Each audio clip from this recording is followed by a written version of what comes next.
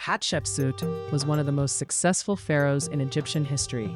She ruled for 20 years, built monuments that still stand, and sent trading expeditions to the ends of the known world. After her death, someone spent years systematically chiseling her name and face from every monument in Egypt. Not because she had failed, because she had succeeded. Her story cannot be understood in isolation. It belongs to a much older tradition, one in which women's sacred authority in Egypt was not exceptional but structural, woven into the theology of the country for thousands of years before Hatshepsut was born. To understand why she could rise as high as she did, and why her success made her dangerous enough to erase, you need to understand the world that made her possible. In ancient Egypt, the pharaoh was not simply the most powerful man in the country. He was a god walking on earth, the living incarnation of Horus, son of Osiris, lord of the sky. His authority was cosmic. He maintained Ma'at, the principle of divine order, truth, and justice, personified as a goddess through his rule. When the pharaoh was just and strong, the divine order held, and Egypt flourished. But this divine authority did not begin at coronation. It began at conception. The divine conception tradition was one of the most important in Egyptian royal religion, documented in temple reliefs across multiple dynasties spanning centuries. The god Amun, the supreme deity of the new kingdom, visited the queen in the night in the form of her husband. Their union was sacred. From it, the pharaoh was conceived, not a human child who would later be elevated to divine status, but a divine child from the moment of conception. Think about what this places at the center of Egyptian royal theology: a woman's body, the queen whose willing reception of the god made divine kingship possible. Without her, the sacred union could not happen. Without the sacred union, the pharaoh was not born divine. The queen was not the passive vessel of a patriarchal theology. She was its necessary center, the divine masculine and feminine in union, and through that union, the source of all legitimate power. Alongside the queen, another woman held extraordinary authority, the wife of the god Amun. This was one of the most powerful positions in the ancient world and one of the least known today. She was understood as the earthly wife of the god himself, the human woman who enacted the sacred marriage with the divine in ritual. The god's presence made human. Her role was not ceremonial.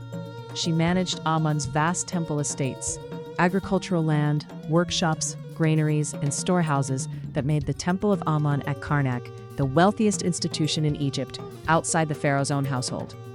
She conducted the most sacred religious ceremonies. She was the primary ritual intermediary between the god and the human world. She was celibate.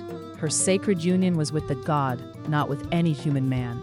She did not pass her role to a biological daughter. She adopted her successor, choosing her own heir, transferring sacred authority from woman to woman through deliberate choice rather than birth. In certain periods of Egyptian history, particularly between approximately 1000 and 525 BCE, she exercised political authority that rivaled the pharaoh's own. The relationship between the wife of Amun and the pharaoh was complementary rather than hierarchical. Each held what the other needed. The pharaoh's political authority depended on the divine order she maintained through her sacred role. Her sacred authority depended on the political stability he provided. Two spheres, neither subordinate, each essential to the other. Men and women in genuine partnership at the highest levels of power, not as an ideal, but as the functioning reality of the most advanced civilization of its age. Hatshepsut was born into this world around 1507 BCE, the daughter of Thutmose I, one of Egypt's most successful military pharaohs. She grew up in the royal court at Thebes, educated in hieroglyphics, religious texts, and the administration of the kingdom. She married her half-brother Thutmose II. When he died, his son by his secondary wife, Thutmose III, was too young to rule. Hatshepsut became regent, and then she declared herself pharaoh. Not regent, not queen consort, pharaoh. She assumed the full titulary of an Egyptian king, the 5 royal names that defined a pharaoh's divine identity. She wore the double crown of Upper and Lower Egypt. She wore the false beard, not a disguise but a ritual signifier of the office she held, as understood by everyone who saw it. She had herself depicted in temple reliefs in full pharaonic regalia, and she ruled for approximately 20 years. Her building program was extraordinary. Her mortuary temple at Deir el-Bahari, carved into the cliff face at the edge of the desert on the west bank of the Nile, still stands. 3 colonnaded terraces rising against the golden rock, their proportions so refined they look almost modern. She designed it with her architect Senenmut and filled it with reliefs documenting her achievements and her divine origin. The trading expedition to Punt, a semi-legendary land of incense and exotic goods, possibly in the region of modern Eritrea or Somalia, was one of the great achievements of her reign. The reliefs at Deir el-Bahari recorded in extraordinary detail the Egyptian ships, the reception by the Queen of Punt, the loading of myrrh trees, ebony, ivory, gold, and live animals, a diplomatic and commercial achievement of the first order. She co-ruled with Thutmose III throughout her reign. He was not sidelined. He held military commands and administrative positions. There is no record of open conflict between them. They governed Egypt together, Hatshepsut in the senior role for 2 decades.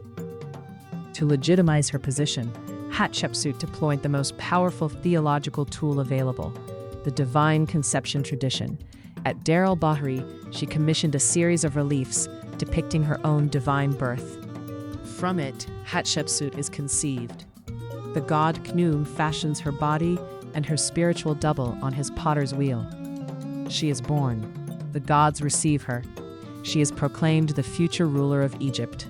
This was not invention. The divine birth sequence was an established tradition of Egyptian royal theology used by male pharaohs before and after her. What Hatshepsut did was place herself inside it. She used the existing framework, the sacred marriage, the divine conception, the God-born ruler, and made explicit what the theology had always implied: that the divine feminine was not merely the vessel through which male authority passed. It was itself a source of authority. The Egyptologist Kara Cooney, whose biography The Woman Who Would Be King reconstructed Hatshepsut's reign in full scholarly detail, describes her as a ruler who understood power with extraordinary sophistication, who knew exactly which theological levers to pull, which traditions to invoke. She did not challenge the system. She worked within it, and within it, she found more room than anyone had expected. She died around 1458 BCE. The cause is unknown. Approximately 20 years after her death, late in the reign of Thutmose III, the chiselling began. Her name removed from cartouches, her face replaced with blank stone or male predecessors, her statues smashed and buried in a pit near Deir el-Bahari. The work was systematic. It covered hundreds of sites. It took years. For a long time, scholars assumed this was personal. Revenge from Thutmose III for years of subjugation. But the evidence does not support it. He was not sidelined during her reign. The erasure did not begin at her death. It began decades later, near the end of his own life. Kara Cooney's analysis points to something more disturbing and more instructive. The erasure was not personal. It was political. And it was not about Hatshepsut specifically. It was about precedent.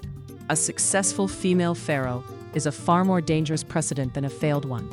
If Hatshepsut had ruled badly, her failure could be cited as proof that women should not rule. But she had not failed.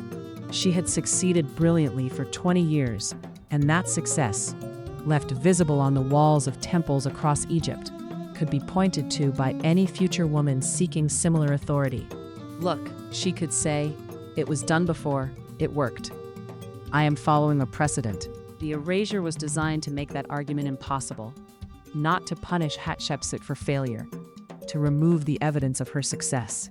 This is the pattern that occurs throughout history, again and again. The suppression of women's authority is not a response to women's failure. It is a response to women's success. Competence is the threat. Achievement is what must be erased.